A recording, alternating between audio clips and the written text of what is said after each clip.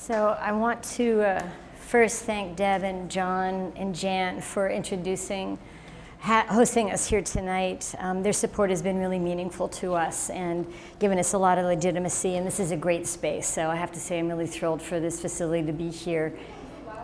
Sure, okay. How's that? Oh yeah, there we go, okay, good. I just want to first thank our donors, because without our donors, we don't exist. So I'm just going to run through this very quickly. Your name may be on here. We're only 3 years old, but we have really great support from a lot of philanthropists and donors and businesses in the community, including Guardian Fine Arts Services, Visit Milwaukee, KEI, Jigsaw, many other people. I want to also thank my colleagues at Sculpture Milwaukee for all their help. We've got Margaret Casey and Corey Ampe in the room, but I also want to thank particularly Brian Pfister, our Special Projects Manager, for his work helping all of our public educational programming shine. So you can look at our website, you can see the things that we have happening every day. We're really kind of thrilled with how we've been able to expand our programming. So tonight I'm going to give you a brief history about why humans create and love or hate public art. I will talk a little bit about Sculpture Milwaukee, but our goal is to get you out on the avenue, so I'm not going to tell you everything. You actually have to go to the avenue to see things. In some ways it's kind of ironic that I'm involved with public art, because for so long I used to sort of joke that people didn't like public art because it wasn't very good. So here I am, and I've learned a lot about the process and why art ends up the way that it does. So first, a very broad definition of public art includes art that is permanent or temporary, including sculpture, murals, landscape, signage, and buildings. Some public art decorates infrastructure projects.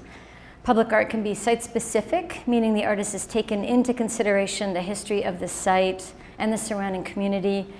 Public art can memorialize collective memory, celebrating the victor or the victim. In any case, good art in the public realm encourages us to see the environment differently, to ask questions about who we are and why we are here. Bad public art, however, is like a punch in the eye and diverts attention away from meaning and towards aesthetics, which no one agrees on. So conflicting public goals is part of why we are seeing a trend towards curated, not public process, public art programs to ensure we have high-level public art, and I'll talk a little bit about that later on. But first I want to just talk about the ancient human impulse to create public monuments. So for example, Stonehenge was built as a burial and astronomical site around 460 BCE. There's a function to the structure, but it's also deeply symbolic, since nature shapes the way we live in the world. And as we consider the forms and functions of public art, we need to keep in the back of our minds some questions. Are monuments like Stonehenge building, infrastructure, or sculpture, or all three? And conversely, are all buildings or infrastructure public art? Or, to be frank, is all public sculpture art or artistic? Is it instead the manifestation of narcissistic ego and rank nation building? And I'll talk a little bit about that later on too. You know, just like Stonehenge, we in the US have our own monuments created by ancient peoples. The complex mound of the Mississippian culture at Cahokia, which is on both sides of the Mississippi at St. Louis, have specific functions. The complex has been partially restored, showing largely geometric-shaped dirt mounds that demarcated landscape, denoted boundaries, and elevated leaders into the sky. The power in these mounds lay in their scale, and scale is often one of the most important things in talking about public art. The mounds were symbolic of place, of power, and therefore we may think of them as public art. But this is really what most of us consider to be public art, man on horse. This is Andrea del Verrocchio's equestrian monument of Colleone from 1843 to 88, and it's bronze. This is in Venice. I had always thought that there was a specific nomenclature for the way the horse was, like one forelock up meant, you know, wounded in battle, two forelocks up meant died in battle. It turns out that's not true at all. So I think that's art historians making it up. While today we demand our public art is neutral, rarely has public art lacked intentionality. These men on horse sculptures are for regal self-aggrandizement or empire building. One fundamental change in contemporary public art, which is really which side are we representing through the sculpture? Again, victor or victim, and I think this is a very interesting development. There are plenty of examples of sculptures now that honor victims of mass executions or other man-made or natural disasters, like the Irish potato famine sculpture in Lower Manhattan, or all the things that have happened around 9/11. We've become more attuned to alternative histories in our public spaces. And although the public thinks they want purely decorative art, there is still meaning in objects that goes beyond aesthetic. An example of this decorative impulse is at Bomarzo in the Park of the Monsters, commissioned in 1552 by Prince Piero Francesco Orsini. While many castles and estates in Europe had this kind of grotesque statue or folly, pieces of mini architecture, it wouldn't have been available to the public, but it still had a function. But these works are not neutral. Orsini had lost his wife, and the various follies in his garden are purported to reflect his grief at her death.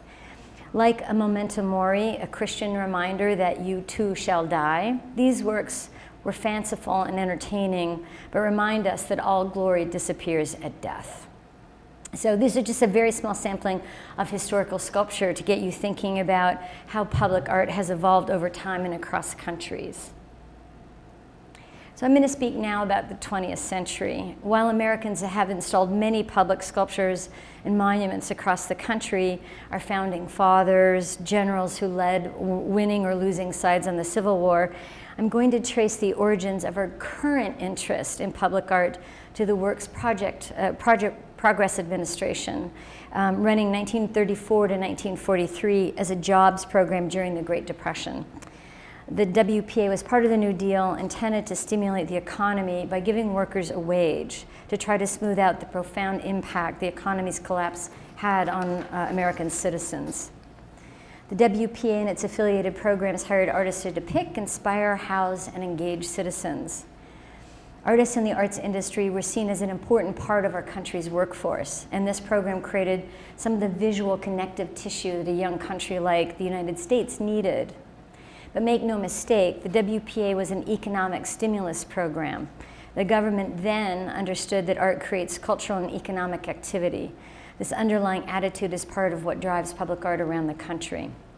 So this is actually a stained glass window from City Hall. You'll probably recognize City Hall there.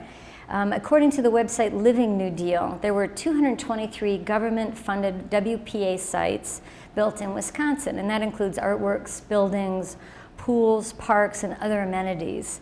This is a window thought to be created by Milwaukee artist Carl Ryman in City Hall. So this is a beautiful memento of the artist who really lived through a pretty tough time in American history. After World War II, America's political might rose, along with the visibility of its artists and arts institutions. And many of you probably know that culture was considered a soft weapon during the Cold War and was used as such. But business leaders too began to see the value of distinguishing themselves and their companies by giving back to the community through artworks. So city leaders began to establish permanent funding mechanisms for artwork to be integrated into public environment. And these mechanisms were typically called 1% programs, which means that 1% of a budget was donated towards artwork for both public and private buildings. Also in 1963, the federal government's General Services Administration launched the Art and Architecture Program, which commissioned artworks for federal buildings, and that was a 0.5% program. This is an image of a piece by Maya Lin in Miami. It's called Flutter from 2005. And this plaza creates a great sense of space and movement, but also it's a catchment for water, so it's both infrastructure and public art. The National Endowment for the Arts Art in Public Places program has funded more than 700 artworks from 1967 to 1995. And the agency continues to fund public art through partnerships with state agencies. Now, the NEA has currently shifted their language from public art to creative placemaking, and I think that this is one of the things that's really changed in our understanding that it's not just about an object, it's about a place. So the good, the bad, and the ugly. So public art can be terrible. Small budgets, constrained sites, and public input from non-experts can really create artwork by committee. So many artworks in the 60s and 70s have been called derisively plop art, because rather than integrating artists into site, plazas or other architectural structures, often work was simply purchased and plopped outside. So I would observe that the mania for public art in the 1960s came from a couple of things. The architecture of our cities, burgeoning cities after World War II, were predominantly international style, which is a style that refused ornamentation, and therefore we ended up with very homogeneous city cores. One way to really distinguish your looming black box from the one next door is by adding a bright piece of colored metal to your plaza. It sounds very sarcastic, but I think this is a good example. This piece was commissioned for a police station in New York, and it's been called cop art rather than plop art. So the 1960s also saw the first large-scale sculpture gardens in the US and Europe as a complement to the urban movement for public art. So many of you may know Storm King Art Center in upstate New York is credited as being the first large US public sculpture garden founded in 1965 with 500 acres. They choose their sites very carefully, putting even the most urbane of artworks like Marc de Souvreau into the landscape with incredible sensitivity. This is Alice Aycock's low building with dirt roof for Mary, built in 1974 and rebuilt in 2010. In the US, there are now almost 300 public sculpture gardens, either attached to museums or working as independent 501c3 organizations. And this proliferation makes sense. We know from visitor surveys that the general public is intimidated by museums. Having a green skirt around your building really softens the perceived barrier between public and private. So what is the state of public art programs today? Currently, 28 states and territories have % for art programs. Many business improvement districts, like our own Milwaukee Downtown Inc. Bid 21, have started commissioning art, bringing unique flavor to communities. However, at the same time we're seeing this movement, we've seen the launch of mostly privately funded, curated public art programs across the country to avoid the art by committee syndrome. And these high-profile projects include Creative Time, the Public Art Fund, the High Line in Madison Square Park in New York, biennials like Prospect in New Orleans, and Sculpture Milwaukee. These new programs have driven some spectacular, innovative, and deeply moving art over the last couple of years. One example of a really significant piece was commissioned by Creative Time in New York in 2014 by Kara Walker, and this was installed in the Domino Sugar Factory. It's 75.5 feet long and 35.5 feet high, and it's made of bleached sugar. So we think this is really pretty exquisite, very delectable piece, but I want to read to you the title. At the behest of Creative Time, Kara E. Walker has confected a subtlety, or the marvelous sugar baby, an homage to the unpaid and overworked artisans who have refined our sweet tastes from the cane fields to the kitchens of the New World on the occasion of the demolition of the Domino Sugar refining plant. So Walker turned a giant sugar factory into a circus space where viewers were as much of the spectacle as the art was, but this is an explicitly political work. You can see she's shaped like a sphinx, but she has specific features, but also a cap on her head, a bandana around her head. And so she's making a very political statement, generally with something that could be very neutral, but it is not. Two other initiatives that have been enormously successful are New York's High Line and Madison Square Park. Both were initiated by private individuals to revitalize a segment of the city's green space that had become either abandoned or neglected. And when private investment couples with public investment, some incredible things can happen. The High Line is 1.5 miles long and opened on a to-be-demolished railroad line in 2009. Today, it's one of the most popular sites in New York City with 4 million annual visitors. Founders expected to realize a $250 million tax benefit to the city's coffers. The estimated tax revenue from development around the High Line is $900 million. There's been about $2 billion in new economic activity in Chelsea from upscale rental, residential, and office development. And the public art along the High Line is not neutral, as you can see from this piece by Andrea Bowers. It's called We Are 11 Million, and it was in collaboration with Movimento Cosecha. This is from 2018. So here we have artwork really running through a city that is known for its art and really making some pretty dramatic statements. Madison Square Park was restored by the New York City's Parks Conservancy, funded by the City of New York, but now it's mainly supported by the Shake Shack and the businesses around Madison Square Park. And it's now run by a nonprofit. And research shows that properties beside a well-maintained park see a 20% bump in property value. And active programming of the park has reduced problems with crime and drugs. So an indicator about how respected this program is, Madison Square Park organized the American Pavilion to the Venice Biennale this year with Martin Purrier, and this is a piece that he did for the show there. So business and civic leaders recognize that high quality art can have a real impact on our conception of place.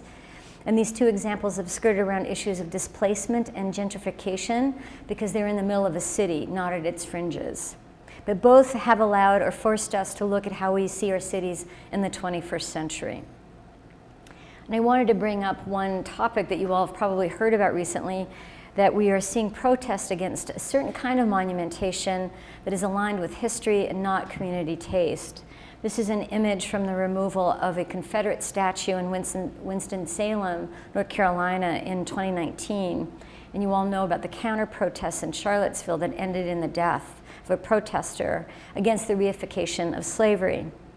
So the protest against these hidden levers of society, of the reinscription of Jim Crow laws across the country, and the celebration of the folkways that benefited from slavery creates a vibrant marker for public discussion about shared space, about access, and about place. And this is an interesting development and recalls the destruction of monuments of Lenin and Stalin in the former USSR when the wall came down. Where do we store these monuments? And indeed, should we keep them as a reminder of our past?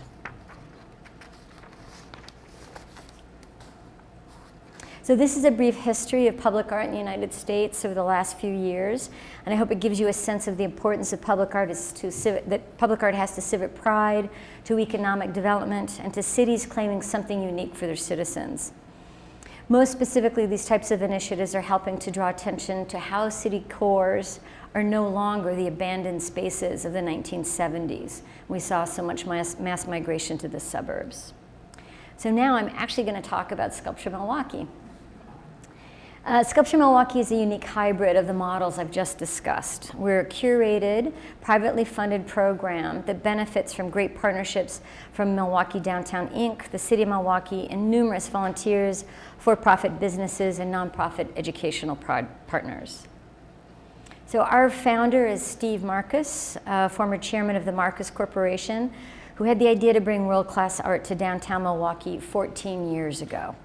And his goals included to add yet another legacy gift like Summerfest to the city, to add to the robust arts community by making culture that is accessible to all residents and visitors, and to add to the revitalization that has been transforming our downtown over the past decade. So our primary curatorial goals for Sculpture Milwaukee include to represent a diversity of generations, materials, and processes in the works that we choose. The artworks enhance their sites as non-traditional as they may be, to commission several works each year, inspiring artists to expand their oeuvre.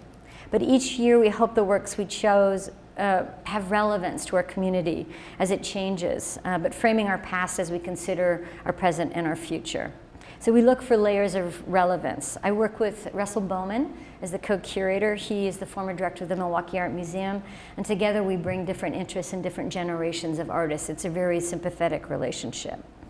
So now I'm going to go again quite quickly through the images for Sculpture Milwaukee, because I want you to go to Wisconsin Avenue and go have a coffee, go inside, drink some water because it's hot outside, and go enjoy some of the works that we've got. So this is a work by Elmgren and Draxit, European collaborative pair. This piece was originally commissioned by the High Line in New York. So a lot of our process involves being very broadly attuned to what other people are doing.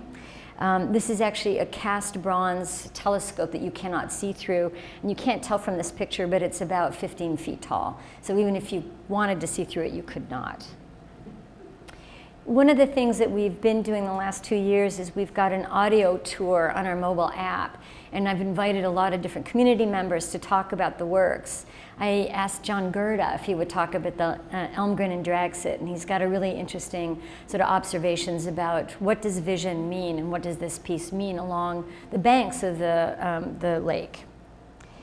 This is a piece I'm particularly proud of. This is by Richard Woods. He's a British artist known for his design work primarily, but he makes these holiday homes very specifically for each site. So this paint job is specific to the city of Milwaukee.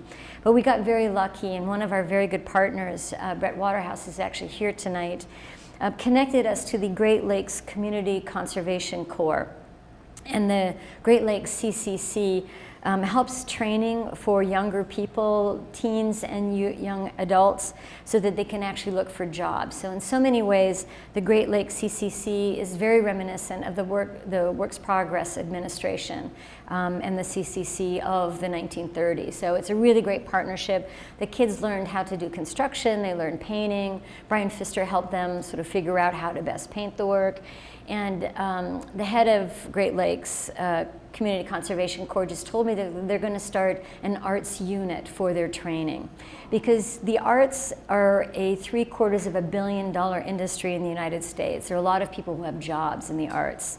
You know, if you are an artist, you need a welder or a carpenter, you can work in theater. There are all ways in which you can make a living. And I think this is a really fantastic outcome that's come from us and are interested in being engaged with our community. This is a piece by B. Wirtz. I love this piece because it's very playful. It was initially, this series of 5 was initially commissioned by the Public Art Fund in New York City. You can see the column is actually colanders, brightly colored colanders. The arms have on them pans and plastic fruit. And one of the things I like to tell people about this work is that, you know, it's very playful. It looks like it's by a very young artist with a lot of energy. B. Wirtz is 72. And so we really, you know, you can't really judge an artist by their artwork. This is one of the icons for Sculpture Milwaukee this year. This is by Roxy Payne. This is Cleft from the series Dendroids. We call them trees, but they're not. It's actually based on sort of nature, human body. With all the research that's happened on trees and the fact that they communicate underground to the trees around them of like species, it makes you really sort of appreciate what it is that Roxy Payne was thinking about when making these works. This is a picture that we took of a tree down the street from our house. So this piece looks very close to this. Cleft really is talking about the V trimming that we do for our urban trees to make sure that our power lines aren't interfered with. And when you actually compromise the canopy of a tree like this, it impedes its ability to nurture itself. So even though it's a very monumental piece, there's something really very mournful about it in some ways as well.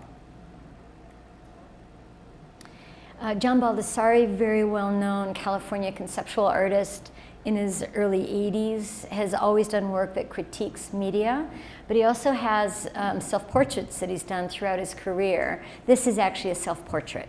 This is Penguin from 2018. He's a fairly tall, shambling fellow, John Baldessari. And the West Coast conceptualists always had a sense of humor about their work. So when you think about this piece, think about Charlie Chaplin and the way that he moves. Red Groom's very well-known artist from the 1960s, central to the founding of Happenings. He and his then wife, Mimi Gross, did a lot of very large-scale, immersive projects. Ruckus Manhattan still is a very famous piece within art history. Hot Dog Vendor. You've got to go all the way around it. There are a lot of beautiful little surprises with this piece. Tony Metelli is actually an artist who went to school at Maya, so there's a little bit of a Milwaukee connection. He casts these sort of faux old Greco-Roman sculptures and places bronze or urethane pieces of fruit on them. This is a modern day memento mori, so we were talking about the Follies at Bomarzo. This is really trying to accomplish the same thing. For all the glory of the ancient Greek world, tomorrow you will die. And it's a really very kind of a charming piece. People are quite taken aback by the watermelon. It's extremely realistic looking. So I've told our Clean Sweep ambassadors to make sure nobody puts more rind on the piece. This year we had some very funny surprises. There were a lot of animals in Sculpture Milwaukee this year. The penguin, we'll talk about the couple bunnies that we've got. Barry Flanagan, very well-known Welsh artist, had been using this avatar hair in his work for many, many years. It's a very elegant, very intimate piece. Many of you probably know Max Ernst. Surrealism is a movement that keeps coming back in Sculpture Milwaukee this year. There are several pieces that are really very odd juxtapositions of imagery with kind of content. Max Ernst was, if he was still alive, would be the oldest artist in Sculpture Milwaukee, born in 1891. Fought for the Germans during World War I. He's German. But then was part of the Dada movement in Zurich in the 20s, and then became part of the Surrealism movement in Paris in the 30s. He moved with his third wife, Peggy Guggenheim, to the United States during World War II, but it was really his time in the Southwest with his fourth wife, Dorothea Tanning, that influenced this kind of work. So you can see that there's a real resonance with Mesoamerican ancient objects. This is a design of twins, the Haas brothers, based in Los Angeles. Handy Warhol and Handy Darling. So the artists are really looking at sort of the factory environment that Warhol created. Very playful work. They're like two giant, scary hands with these beautiful little delicate enoki mushrooms that light up at night. This Ratcliffe Bailey piece is one of my favorites. I talk about a generation of artists of color who do art history hacks, and this is a really good example of that. You can recognize the stance of Rodin's The Thinker. This is actually W.E.B. Du Bois in the posture of the thinker. And rather than the thinker, which is always really enormous and it's sort of looming over you, naked, it's a very heavy, very, very kind of aggressive piece. This is our scale, and he's a little bit at our level, and he's got clothes on. So there's a really nice sort of juxtaposition between, you know, historical 19th century art, really celebrating Dante's The Divine Comedy, versus what it is that American culture should think about. This is really one of my favorite pieces too. This is by Actual Size Artworks. Artists Gail Simpson and Eris Georgiadis, who are actually in the audience tonight. We're thrilled to have them here. This is called Magical Thinking. The artists talked about all the research they did on cartoon bunnies, thinking about this piece. So, you know, Bugs Bunny immediately comes to mind, and all the things that he did to sort of foil the kind of the silly, buffoony people in his world. But I think the title Magical Thinking really unlocks some very specific questions that you might ask about who's thinking magically and what different outcomes they want to come out of that hat. Angela Bullock is a British artist, known for these really beautiful, elegant sculptures, totems. You know, you can think about Constantin Brancusi, early 20th century artist, and the way that he melded the sculpture with the base. This is another piece that's very reminiscent of surrealism. Arlene Sheckett, New York-based artist, known for her ceramics. Part of the reason I wanted to borrow work from the series is that she did some of them at Kohler, and so their arts and industry program has been active since the 1970s, and I think it's really kind of great for us to, you know, help represent an artist who's made work in our community. This is another icon for the city, for Sculpture Milwaukee. And I don't know how many of you have seen this piece. This is by Carlos Rolón, who's a Chicago-based artist, quite known for his work based on his family's history from Puerto Rico. It took us quite a while to talk the folks at the Chase Bank into allowing us to do this. And it's not that the work would damage the building at all, it's just simply that really very rigid geometry of international style is compromised by this. And that's part of the artist's intention. You know, he's taking something that's one form of hybrid and putting it on something else that's a form of a hybrid. In his work, Carlos talks a lot about the hybridity of these flowers. So we think this is just like a Caribbean landscape. The flora of the Caribbean looked very different before the Spanish arrived. And so everything that we see around the globe is affected by the fact that we've been traveling and bringing our plants with us. International style architecture is also an import. That's really from Europe. So there's a really nice sort of melding. But what I like about it is really how this transforms this corner. This corner is really where east meets west, where north meets south, where street meets water. Immediately to the north of this site is where Solomon Juneau's original cabin was, and that's now in Juneau Park. So this is really a pretty vibrant piece. It's very cathedral-like on the inside, so if you get a chance to go by there during the day, when the lobby's open, it's pretty spectacular. You know, in thinking about different ways in which we can enliven the street and use different kinds of artwork, because not every sidewalk is good for artwork, I turn to the work of Sam Durant. These are light boxes, commercial grade light boxes. He's been drawing signage from protests around the country to make these signs. We're the ones we've been waiting for is from the March for Our Lives protest. That was the Parkland High School children in DC. And Empathy for Everyone is from the Women's March in DC in January 2017. So these are pretty neutral statements, right? Some of the other works in the series are much more explicit and much more aggressive. But it's something about inserting these pretty positive messages in the commercial corridor of West Wisconsin. William O'Brien, this sun and moon protector, this artist is very interested in Eastern religion, and this piece is based on a Buddhist protector. And you can see, it looks very abstract, it looks like a shield, but if you look down at the bottom, you can see its feet. And so the minute you notice the feet, the figurative elements start to really pull out from the piece. Another Red Grooms piece, only a couple dancing. Normally Grooms does really kind of group images. But this is very sexy. This is actually a very sensual dance. It has very interesting roots in 19th century Latin America. Sean Scully, known for his very beautiful abstract painting, has been making these very, very large sculptures. And so each one of the frames lays one on top of the other. This piece is 15 feet tall. It's really quite monumental. So when we think about monuments, we think about figurative versus abstract, lots of different ways to think about where his work fits in. And then finally, our most westernmost piece is by Beverly Pepper. And she is still working at age 97. She lives in Italy.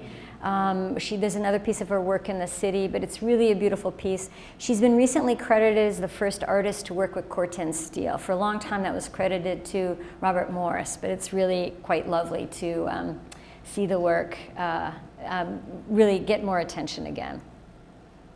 So I want to just say that, really what we're looking for with Sculpture Milwaukee is to think about how we might sort of amplify the things that are happening in our community. I want to just say one thing that's very unique about Sculpture Milwaukee, and that is the legacy we're leaving in the community. Most of the projects I've shown to you are temporary projects.